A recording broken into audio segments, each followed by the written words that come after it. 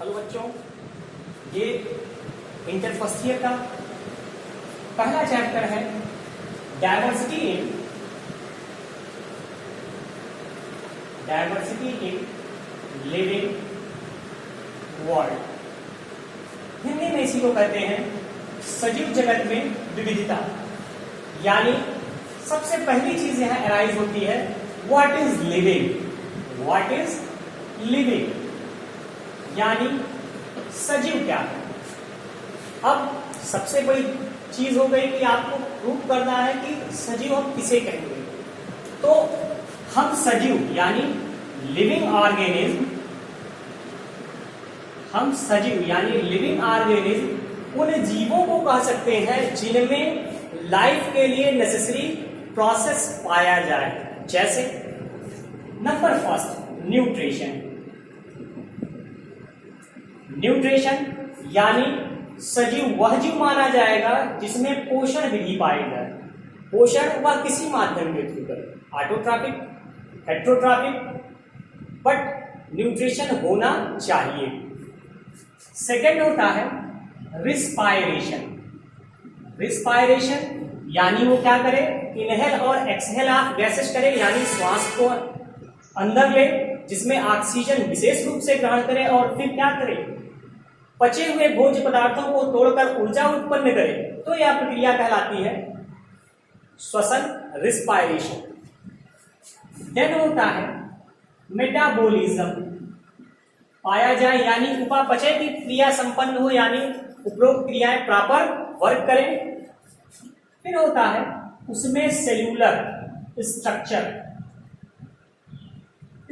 पाया जाए। सेल्यूलर यानी कोशिकीय संरचना, यानी उस जीव का शरीर कोशिकाओं से बना होना चाहिए। अगर शरीर कोशिकाओं से बना है तो वह सजीव माना जाएगा, अगर शरीर कोशिकाओं से बना नहीं है तो वह सजीव नहीं माना जाएगा। नेक्स्ट कैरेक्टर प्रोटोप्लाज्म पाया जाए। प्रोटोप्लाज्म पाया जाए यानी उस जीव में जीवन के लिए नेसेसरी कोशिका के लिए जो मेन एनर्जी प्रोवाइडिंग सप्लीमेंट है वो पाए जाने चाहिए। प्रोटोप्लाज्म, प्लाज्म मींस होता है फ्लूइड, प्रोटो यानी प्रिमिटिव। तो अगर यह पाया जा रहा है तो वह लिविंग ऑर्गेनिज्म होगा, अन्यथा वह लिविंग ऑर्गेनिज्म नहीं माना जाएगा। नेक्स्ट होता है उसमें लाइफ साइकिल चलनी चाहिए। लाइफ साइकिल यानी जीवन की प्रक्रियाएं लगातार चलती रहनी चाहिए, अन्यथा वह लिविंग नहीं माना जाएगा। जीवन की प्रक्रियाओं को चलाने के लिए जरूरी होता है कि क्या हो, रिप्रोडक्शन की प्रक्रिया। रिप्रोडक्शन यानी जनन, यानी वह अपने समान नए जीवों को उत्पन्न करे और यह प्रक्रिया बारंबार चलती रहे। री मीन्स होता है again, production means to produce, यानी प्रोड्यूस अगेन एंड अगेन, यानी लगातार एक जीव अपने समान नए जीवों को उत्पन्न करता रहे और उनके द्वारा उत्पन्न जीव भी अपने समान नए जीवों को उत्पन्न करे। तो जनन की प्रक्रिया संपन्न होगी और इससे क्या होगा, उनकी लाइफ साइकिल आगे बढ़ती रहेगी। और जीवों के उत्पन्न होने के पश्चात उनमें क्या होना चाहिए, ग्रोथ होना चाहिए, वृद्धि होना चाहिए। अगर उनमें वृद्धि नहीं है तो भी वह लिविंग की मूल अवस्था में नहीं आएंगे। फिर होता है, अब देखिए, अब लिविंग हमें पता चल गया, तो डायवर्सिटी क्या है यानी विविधता क्या है। जीवों में जो अंतर होते हैं पीढ़ी दर पीढ़ी स्थानांतरित होते रहते हैं, वही चीजें क्या कहलाती हैं, विविधता कहलाती है। अब इस विविधता का अध्ययन करने के लिए हम क्या करते हैं, अध्ययन की सुविधा के लिए इनका हम क्लासिफिकेशन करते हैं, यानी इनको वर्गीकरण की कैटेगरी में ले आते हैं और इसे हम क्या कहते हैं, बायोलॉजिकल क्लासिफिकेशन। यानी जैविक वर्गीकरण। जैविक वर्गीकरण वह प्रक्रिया है जिसके द्वारा हम क्या करते हैं, अध्ययन की सुविधा के आधार पर असंख्य जीवों को हम एक छोटे छोटे समूहों में बांट देते हैं, जिससे हम सरलता से उन समस्त जीवों का अध्ययन कर लेते हैं। जैसे वर्गीकरण की सबसे छोटी इकाई रखी गई है स्पीशीज, यानी इसमें उन प्रकार के जीवों को रखा गया है जिनमें सारी चीजें चलन क्षम एक समान हो, वो स्पीसीज में आते हैं। और स्पीसीज, जब कई स्पीसीज एक समान होने लगते हैं तो इनसे निर्माण होता है जीनस का, जीनस से ऑर्डर, जीनस से फैमिली, फैमिली, फैमिली से ऑर्डर, ऑर्डर से क्लास, क्लास से किंगडम, और किंगडम से डोमेन का निर्माण होता है। यानी आपके सिलेबस के अनुसार क्लासिफिकेशंस की सबसे स्मॉल यूनिट होती है स्पीसीज, और सबसे लार्ज यूनिट होती है किंगडम यानी जगत। जो क्लासिफिकेशंस था, वर्गीकरण की जो प्रक्रिया थी, ये सबसे पहले दी गई थी कार्लस लिनियस के द्वारा, इसीलिए उन्हें कहते हैं फादर ऑफ टैक्सोनॉमी, वर्गीकरण का जनक। अब फिर होता है कि सिस्टम ऑफ क्लासिफिकेशन, वर्गीकरण, सिस्टम ऑफ क्लासिफिकेशन, वर्गीकरण कैसे और किस आधार पर की जाती है और कितने प्रकार की होती है। तो जो क्लासिफिकेशंस है, इनको मेनली 4 कैटेगरी में बांटा गया है। सबसे पहला होता है आर्टिफिशियल, आर्टिफिशियल क्लासिफिकेशन,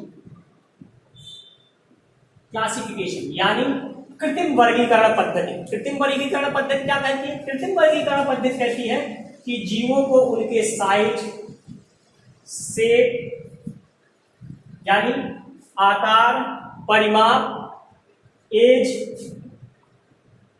एज यानी आयु, अवस्था, हैबिटेट यानी वास स्थानों के आधार पर जब हम डिवाइड करते हैं तो इस प्रकार का जो क्लासिफिकेशन होता है यानी वर्गीकरण होता है, वह वर्गीकरण हमारा क्या कहलाता है? आर्टिफिशियल क्लासिफिकेशन यानी कृत्रिम वर्गीकरण पद्धति। दूसरा हमारा होता है नेचुरल, नेचुरल क्लासिफिकेशन यानी जब जीवों को हम प्राकृतिक दशाओं के आधार पर डिवाइड करते हैं तो इस प्रकार का जो हमारा क्लासिफिकेशन होता है, ये क्लासिफिकेशन हमारा कहलाता है नेचुरल क्लासिफिकेशन। तीसरा होता है फाइलोजेनेटिक, फाइलोजेनेटिक क्लासिफिकेशन,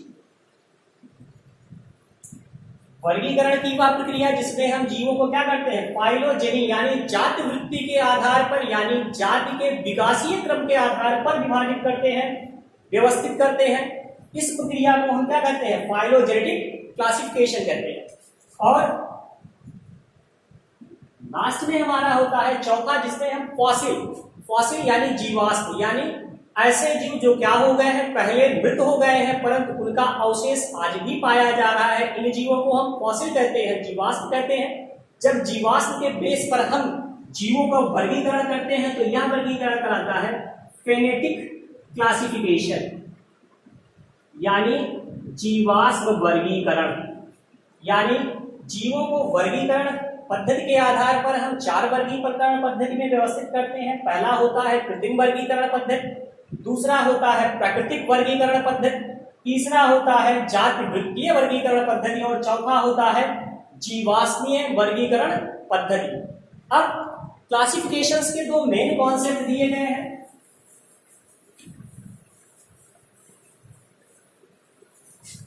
यानी अगर कहा जाए कि क्लासिफिकेशन कितने टाइप्स पे डिवाइड किया गया है, कितने प्रकार के दिए गए हैं, तो 2 मेन हैं। एक है 2 kingdom classification,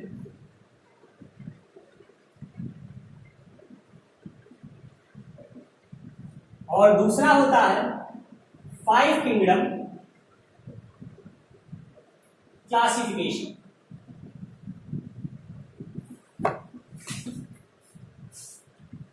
two kingdom classification यानी जीवों को हमने क्या किया? 2 जगत में डिवाइड किया, 2 पार्ट्स में ही केवल डिवाइड किया। एक पार्ट कहलाया एनिमल किंगडम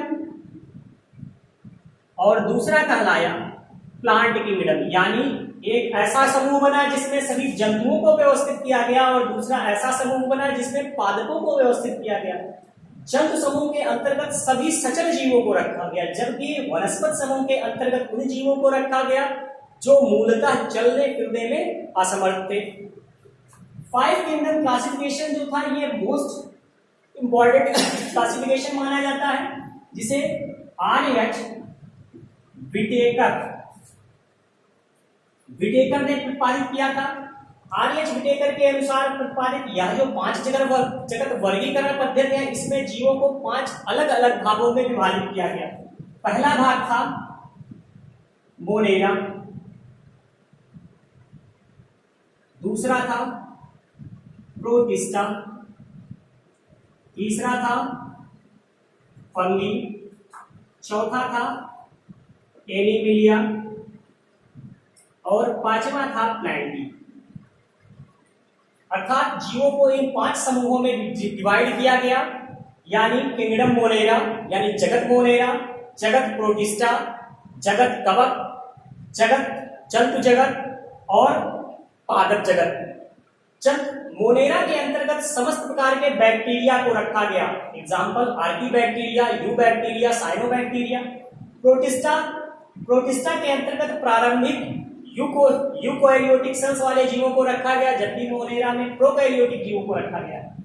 इसके अंतर्गत प्रोटिस्टा के अंतर्गत प्रमुख रूप से प्रोटोजोआ, फंगी, इसके अंतर्गत समस्त प्रकार के कवक जैसे सैक्रोमाइसीज, एनिमिलिया के अंतर्गत समस्त जंतु जगत के जीवों यानी किंगडम फाइलम साइकॉन्स, फाइलम ओरिफेरा से लेकर के कॉर्डेटा तक के समस्त जीवों को एनिमिलिया में रखा गया। जबकि प्लांटी जंतु जगत में एल्गी, ब्रायोफाइटा, टेट्रोफाइटा, जिम्नोस्पर्म के जीवों को व्यवस्थित किया गया। इस प्रकार ये समस्त जीव अलग अलग जगतों में विभाजित होकर व्यवस्थित हो गए। Thank you.